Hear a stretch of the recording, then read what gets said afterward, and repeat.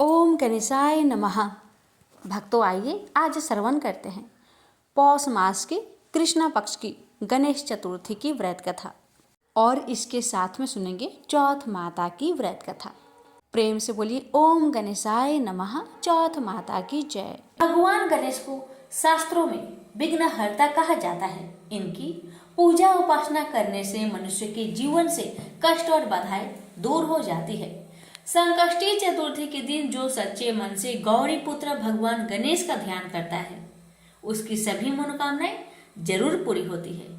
पार्वती जी ने पूछा, हे पुत्र, पौष में किस गणेश की पूजा किस तरह से करनी चाहिए और उस दिन क्या भोजन करना चाहिए, उसे आप संक्षेप में बतलाइए। श्री गणेश जी ने कहा, हे महादेवी, पौष मास की चतुर्थी विघ्न विनाशनी होती है। उसमें लंबोदर नामक गणेश की पूजा करके भोजन के रूप में केवल गोमूत्र ही पीना चाहिए। पति को पूर्वक्त विधि से पूजन करना चाहिए, अर्थात दिन भर शांत भाव से निराहार रहकर व्रत करना चाहिए। दिन में न सोए, ब्रह्मचर्य का पालन करे। रात्रि में पूजन के बाद ब्राह्मण भोजन कराकर दूध निर्मित खीर में शुद्ध घी मिलाकर गणपति मंत्र से हवन करे। शासक को भी अपने भस्मीभूत कर सकता है। इस संबंध में हम आपको एक प्राचीन कथा सुनाते हैं। एक बार रावण ने सभी देवताओं को जीतकर मंदाद हो संध्या कर रहे बाली को पीछे से जाकर पकड़ लिया। बलशाली बाली रावण को अपनी काख में दबाए हुए आकाश मार्ग द्वारा किष्किंधारीपुर में आया और उस बंदी रावण को अपने पुत्र अंगद के लिए खिलौने के रूप में दे दिया। रावण के गले में रस्सी बांधकर अंगद ने उसे नगर में घुमाना शुरू कर दिया। विश्व विजयी रावण की ऐसी हालत देखकर सभी नगर वासियों ने अट्टहास किया। जनता कहने लगी, अरे देखो तो सही, यह विश्व विजेता रावण आज राजकुमार द्वारा सड़कों पर घुमाया जा रहा है। पूर्ववासियों की बात से रावण बहुत ही लज्जित होकर सांसें लेने लगा। उसका डर चूर हो गया। उसने अपने नाना पुस्तलय मुनि का शरण किया। अपने नाते की दीन पुकार से मुनि को आश्चर्य हुआ कि उसके नाते की ऐसी दशा क्यों हुई। अत्यंत गर्व करने से देव, दानव, मनुष्य आदि सभी का पतन अवश्य भावी होता है। रावण के समीप आकर मुनि ने पूछा कि तुमने मुझे क्यों याद किया है। रावण ने कहा, हे नाना जी, देवताओं को जीतने के कारण गर्व करने से मेरी यही दुर्गति हुई है। मैंने संध्या करते हुए एक वानर राज को देखा। पश्चिमी महासागर के तट पर मैंने उसे पीछे से पकड़ने की चेष्टा की, परंतु मैं ही उसके द्वारा पकड़ लिया गया। मुझे उसने यहाँ लाकर गले में रस्सी बांधकर अपने लड़के को खेलने के लिए दे दिया है। इस दुर्गति को देखकर नगरवासी मेरी हंसी उड़ाते हैं। हे देव, इस चिंता में मैं व्याकुल रहता हूँ। रस्सी में बंधे रहने के कारण मैं आसक्त हो गया हूँ। हे नाथ, अब मैं क्या करूँ? मेरे जैसे आपके वंश में कुलंकी नहीं है। अब आप ही मेरी रक्षा कर सकते हैं। सत्य जी ने कहा, हे रावण, डरने की कोई बात नहीं है। मैं तुम्हें बंधन मुक्त करा दूंगा। यह बलि देवराज इंद्र की वीर्य से उत्पन्न है और पराक्रम में तुमसे बढ़कर है। इसकी मृत्यु महाराज दशरथ के पुत्र श्री राम के हाथों होगी। हे राक्षस राज, यदि तुम बलि के बंधन से छूटना चाहते हो तो मेरी बात मानकर संकटनाशक गणेश जी का व्रत करो। प्राचीन काल में वृत्रासुर की हत्या के प्रायश्चित स्वरूप इंद्र ने इस व्रत को किया था। अतः तुम भी इस संकटनाशक व्रत को करो। बहुत शीघ्र ही तुम्हारा कलेश दूर होगा। इस प्रकार आदेश देकर ब्रह्म ऋषि वन में चले गए और इधर रावण ने व्रत का अनुष्ठान किया। हे देवी, इस व्रत के प्रभाव से रावण तत्काल ही बंधन रहित हो गया और सुखपूर्वक अपना राज्य करने लगा। भगवान कृष्ण कहते हैं कि हे युधिष्ठिर, आप भी इस व्रत को कीजिए। इस व्रत के प्रभाव से समर में समस्त शत्रुओं का संहार करके आप अपने उत्तम राज्य को प्राप्त करेंगे। कृष्ण जी की बात सुनकर युधिष्ठिर ने विधि पूर्वक पौष कृष्ण चतुर्थी व्रत किया और इस व्रत के प्रभाव से उन्होंने अपने राज्य को पुनः प्राप्त कर लिया। प्रेम से बोलिए गणेश महाराज की जय, गौरी गणेश की जय, उमापति शंकर भगवान की जय। सेठ सेठानी थे, उनका एक बेटा और बहू थे। बहू सबको भोजन करा के फिर स्वयं भोजन करती। एक पड़ोसन ऐसी भी थी जो रोज पूछती कि बहू आज क्या बनाया, क्या खाया है। बहू कहती ठंडो बासी। एक दिन उसके पति ने ऐसा सुनकर विचार किया कि आज तो पकवान बनाए जाए, फिर देखे कि मेरी पत्नी क्या कहती है। उसने तरह तरह के पकवान बनवाए और घर के सभी लोगों ने एक साथ बैठकर भोजन किया। आज भी पड़ोसन ने पूछा तो बहू ने कहा ठंडो बासी। सेठ के लड़के ने सोचा हो ना हो कोई बात अवश्य है जिससे कि मेरी पत्नी ऐसा कहती है। उसने पत्नी से पूछा तुम रोज ठंडो बासी खाया ऐसा क्यों कहती हो, जबकि हम सब ने एक साथ बैठकर कई तरह के पकवान खाए। उसकी पत्नी बोली हम जो खा रहे हैं वह बाप बूढ़ों की कमाई है। जिस दिन आप कमा कर लाओगे उस दिन मैं समझूंगी ताजा भोजन कर रहे हैं। अब एक दिन लड़के ने माँ से कहा मैं एक बड़े शहर में कमाई करने जा रहा हूँ। माँ बोली बेटा अपने पास इतना धन है कि खाया नहीं खुटेगा। माँ के मना करने पर भी बेटे ने स्वयं कमाने का दृढ़ निश्चय कर लिया और जाते समय पत्नी से कहा मैं जब तक कमाकर बहुत सा धन लेकर न आऊं तुम चूल्हे की आग मत बुझने देना। एक दिन चूल्हे की आग बुझ गई तो वह मन ही मन घबराने लगी, कहीं मेरे पति पर संकट तो नहीं आन पड़ा। जल्दी से पड़ोस में से आग लाकर चूल्हे में रख दूं, ऐसा विचार करके पड़ोस में गई। वहाँ पड़ोसन चौथ माता का व्रत पूजन कर रही थी। पड़ोसन ने कहा थोड़ी देर में आकर ले जाना। बहू ने पड़ोसन से पूछा आप यह व्रत क्यों करती है, इससे क्या मिलता है। पड़ोसन ने कहा चौथ माता के इस व्रत को करने से अन्य लक्ष्मी मिले और अपनी मनोकामना पूरी हो।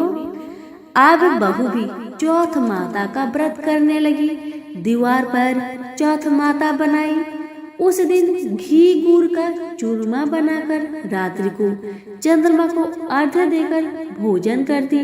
ऐसा करते करते बहुत दिन हो गए। चौथ माता ने उस बहू के पति को सपना दिया कि साहूकार का बेटा तू जागे कि सोवे, तेरी पत्नी बहुत याद कर रही है, घर जाकर उसकी चिंता मिटा। तू दुकान खोलकर कंकु केसर का पगलिया बना के बैठ जाना, आज तेरा हिसाब किताब चुकता हो जाएगा। अब तो चौथ माता ने जैसा कहा था वैसा ही हुआ। उसने घर जाने की तैयारी की, गाड़ी भर के धन दौलत लेकर चल दिया। रास्ते में एक बड़ा सा काला नाग फन फैलाए बैठ गया और कहने लगा आज तो मैं तुझे डसूंगा, छोड़ूंगा नहीं, आज तेरी आयु पूरी हो गई है। सेठ ने लड़के से कहा आज चौथ माता ने मुझे सपना दिया तो मैं पत्नी से मिलने घर जा रहा हूँ। वहाँ मेरी पत्नी बहुत चिंता कर रही है, मैं उससे मिलकर जरूर आऊंगा, तब तुम मुझे डस लेना। नाग ने कहा तुम शपथ पूर्वक कहकर जाओ तो मैं तुम्हें जाने दूंगा, परंतु लौट कर नहीं आए तो तुम्हारे घर आकर मैं तुम्हें डस लूंगा। इस प्रकार सर्प को वचन देकर वह अपने घर पहुंचा। वहां सभी से हंसी खुशी से मिला और भोजन करके उदास होकर बैठ गया। उसकी पत्नी ने उदास होने का कारण पूछा तो पति ने काले नाग वाली बात बताते हुए कहा, यदि मैं उसके पास नहीं जाऊंगा तो वह घर आकर ही मुझे डस लेगा।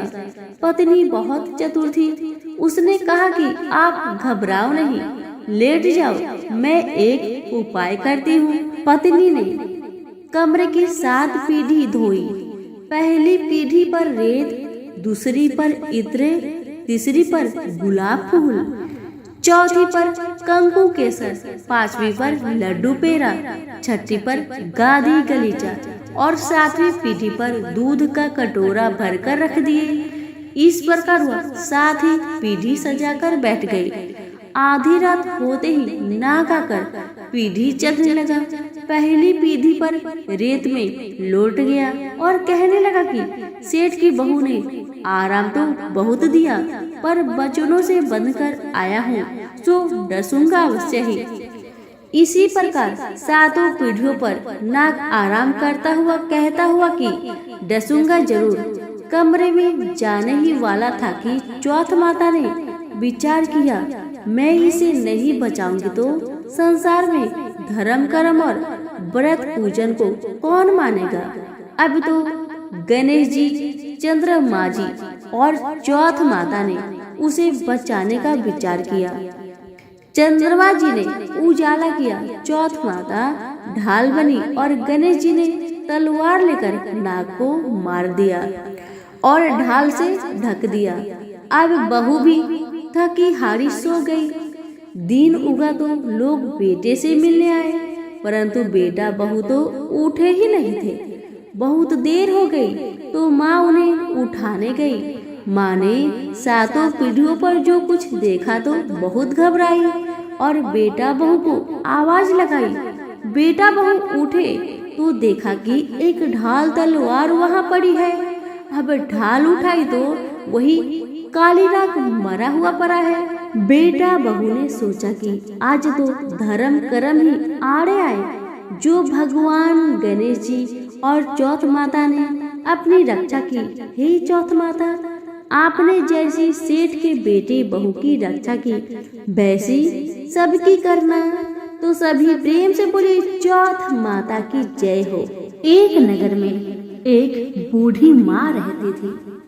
वह अपने बेटे की सलामती के लिए हर महीने की चौथ का व्रत करती थी। हर चौथ के दिन बूढ़ी माई पंसारी के पास जाती, थोड़ा सा गुड़ और थोड़ा सा घी लाकर 4 लड्डू बनाती थी। एक अपने बेटे को देती और एक से पूजा करती और एक हाथ कार के लिए निकालती और एक चांद उगने के बाद स्वयं खा लेती थी। एक समय की बात है, एक बार बूढ़ी का बेटा अपने ताई से मिलने गया। ताई ने बैसाखी चौथ का व्रत रखा था। लड़के ने ताई से पूछा, ताई आप कौन सा व्रत कर रही हैं? तब ताई ने बताया, बेटा मैं बैसाखी चौथ व्रत करती हूँ। यह सुनकर लड़का बोला, ताई मेरी माँ तो 12 महीने की हर चौथ की व्रत करती है। यह सुनकर ताई बोली, बेटा तेरी माँ तेरी कमाई से तरमाल खाने के लिए 12 चौथ व्रत करती है। तू परदेश चला जा, तब तुम्हारी माँ एक भी चौथ का व्रत नहीं करेगी। लड़के को लगा कि मेरी ताई ठीक ही कह रही है, मुझे ऐसा ही करना चाहिए। अब ताई की बात मानकर अपने घर आकर लड़के ने माँ से कहा, माँ मैं परदेश जा रहा हूँ, यहाँ तू मेरी कमाई को खाने पीने में ही उड़ा देगी तो मेरे पास बचेगा ही क्या। इसी कारण से मैं परदेश जा रहा हूँ। माँ ने बहुत समझाया, बेटा ऐसी कोई बात नहीं है, लेकिन बेटा कहाँ माना। जब बेटा नहीं माना तो माँ ने कहा, बेटा ले ये चौथ माता के आंखें हैं, इसे तुम अपने पास सलामत से रखना, ये तुम्हारी हर मुसीबत में मदद करेगी।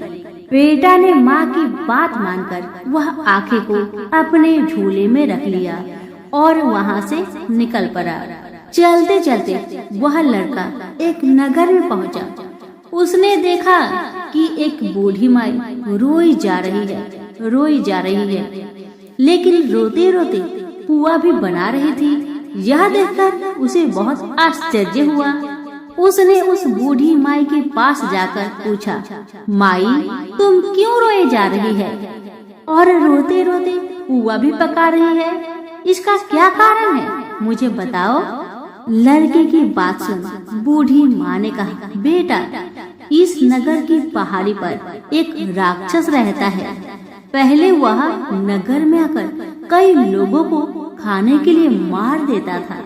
अब तो राजा हर घर से एक आदमी को दैत्य के पास भेजता है और आज मेरे बेटे की बारी है, इसलिए मैं रोए जा रही हूँ।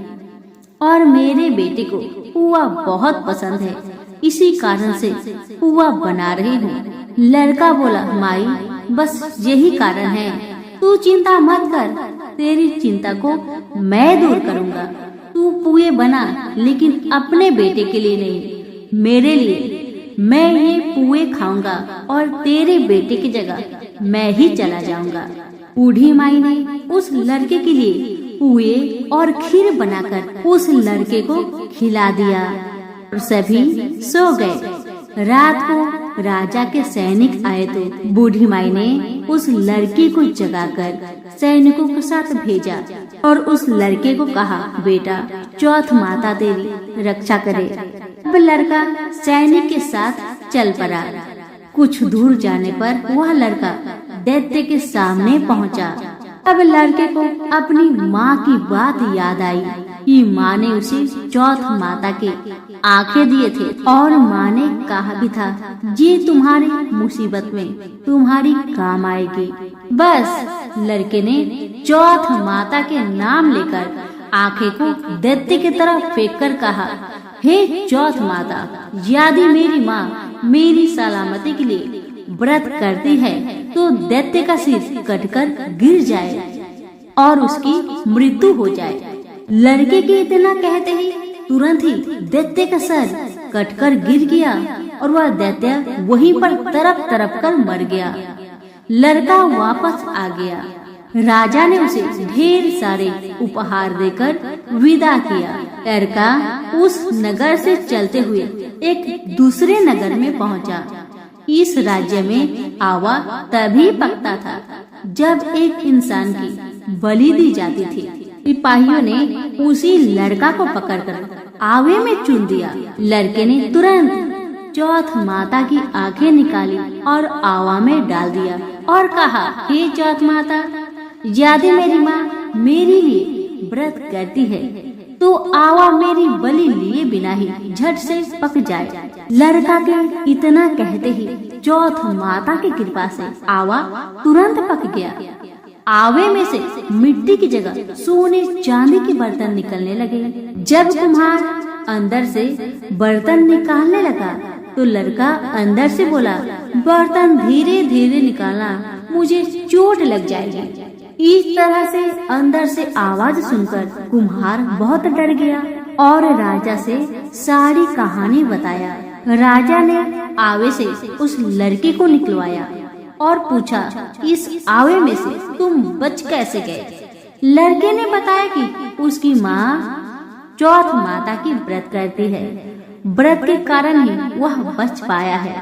राजा को इसका विश्वास नहीं हुआ और उसने एक चांदी की सुराही मंगवाई और कहा कि सुराही की नली से निकलकर तुम दिखाओ, तभी मैं विश्वास करूंगा तुम्हारी बात में सच्चाई है। लड़के ने चौथ माता को याद करके आंखें सुराही में डालकर कहा, हे चौथ माता, मेरी मदद करे, मैं भौरा बनकर इस सुराही से निकल सकूं। लड़का भौरा बनकर सुराही से निकल गया।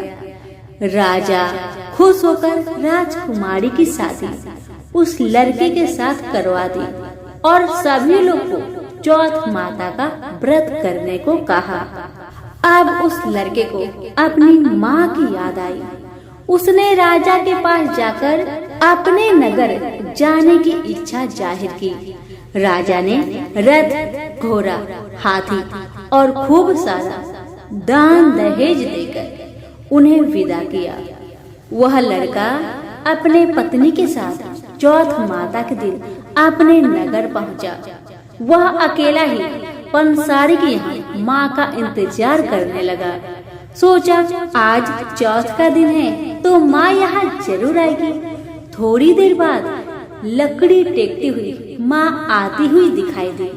उसकी माँ की आंखों में जाले आने के कारण कम दिखता था।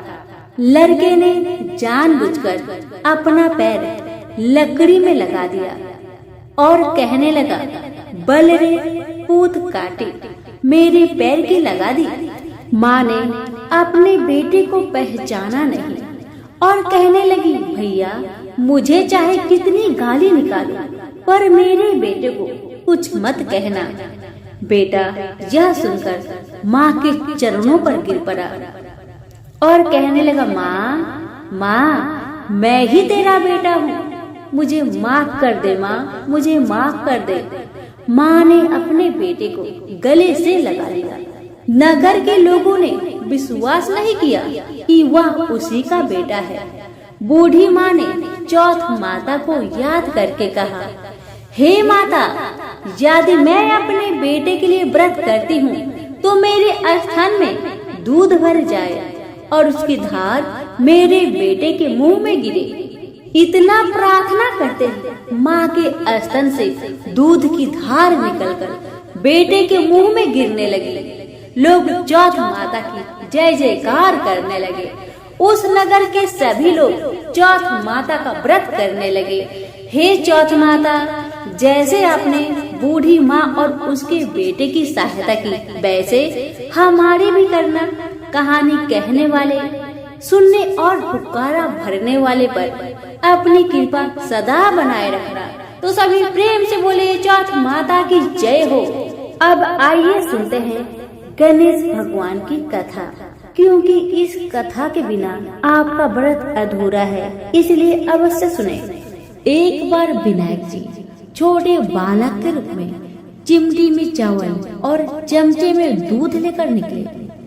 वो हर किसी से कह रहे थे कि कोई मेरे लिए खीर बना दो, कोई मेरे लिए खीर बना दो, मगर किसी ने भी विनायक जी के लिए खीर नहीं बनाया। कुछ दूर चलते चलते कुछ आगे बढ़ने पर विनायक जी को एक बूढ़ी माई बैठी मिली। विनायक जी बूढ़ी माई के पास जाकर बोले, कोई मेरे लिए खीर बना दो, कोई मेरे लिए खीर बना दो। तो बूढ़ी माई ने कहा, बेटा ला, मैं तेरे लिए खीर बना देती हूँ। तब विनायक जी ने बूढ़ी माई से कहा, माँ बर्तन लेकर आओ और घर का सबसे बड़ा बर्तन को ही लेकर आना।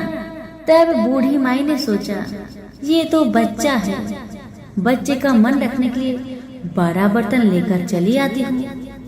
इतना सोचकर बूढ़ी माई अपने घर में जाकर घर के सबसे बड़े बर्तन को लेकर बाहर आती है और विनायक जी के सामने रख देती है। अब विनायक जी अपने चम्मच में से दूध को उस बर्तन में डालते जाते हैं। बर्तन भरते जाता है। बर्तन एक चम्मच दूध से पूरा भर गया, फिर भी दूध चम्मच में भरा ही रह गया। बूढ़ी माई घर के सारे बर्तन को लाकर बाहर रख दी। सारे बर्तन दूध और चावल से भर गए। अब विनायक जी बूढ़ी माई से कहते हैं, माँ तुम खीर बनाओ, मैं नहाकर आता हूँ, फिर खीर को खा लूंगा। जब बूढ़ी माई ने बड़े प्यार से खीर को तैयार किया तो बूढ़ी माई के पोते और पोती खीर खाने के लिए रोने लगे। तब बूढ़ी माई अपने आंखें को बंद करके विनायक जी का नाम लेकर चूल्हे में थोड़ा सा खीर को डाल दिया और कहने लगी, विनायक जी आपका भोग लगे। इतना करने के बाद बूढ़ी माई ने अपने पोते पोती को कटोरी भर भर कर खीर खाने को दे दिया। अब तो ऊपर छत पे बैठी पड़ोसन ने बूढ़ी माई को ये सब करते देख लिया अब तो बूढ़ी माई ने सोचा इस पड़ोसन को भी कटोरा भरकर खीर दे देना ही पड़ेगा, वरना ये किसी से चुगली कर देगी। इतना सोचकर बूढ़ी माई ने उसे भी एक कटोरा खीर हाथों में थमा दिया। अब इतना होने के बाद बूढ़ी माई की बेटे की बहू ने चुपके से एक कटोरा खीर निकाली और उसे चुपके से खाकर चक्की के नीचे छुपा दिया। इतना होने के बावजूद भी गणेश जी यानी कि विनायक जी अभी तक नहाकर नहीं आए थे। अब तो बूढ़ी माई को भी भूख लगने लगी, तो वह भी एक कटोरा खीर लेकर दरवाजे के पीछे बैठकर फिर से कहने लगी, हे विनायक महाराज, आपका भोग लगे। इतना कहकर हाथ जोड़कर अपना खीर को खाना शुरू कर दिया। अब इतना होने के बाद गणेश जी आ गए। तब बूढ़ी माई ने कहा, आरे गणेश, आरे मेरे विनायक, खा ले तेरा खीर, मैं तो तेरा ही इंतजार कर रही थी। तब विनायक जी ने कहा, माँ, मैंने तो खीर पहले ही खा लिया है। तब बूढ़ी माई ने कहा, कब खाया बेटा तुमने खीर?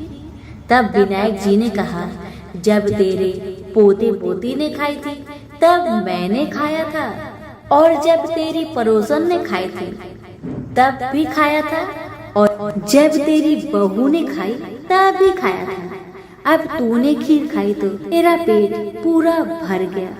तब बूढ़ी माई ने कहा, बेटा तेरी सारी बात तो सच है, लेकिन बहू बेचारी सुबह से घर का सारा काम में लगी है, तो उसने फिर खीर कब खाई बताओ?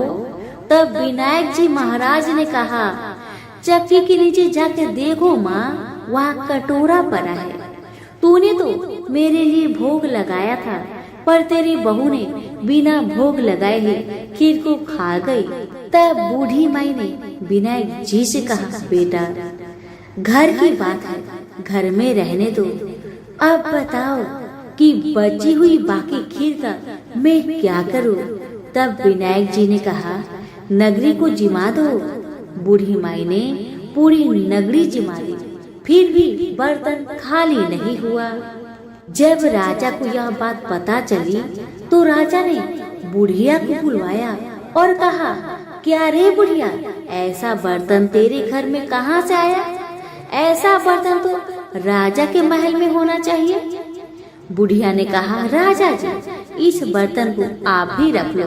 राजा जी ने महल में बर्तन को मंगवा लिया, और बर्तन को महल में लाते ही सारे खीर, कीड़े मकोड़े, बिच्छू, ककले बन गए और बहुत दुर्गंध आने लगी।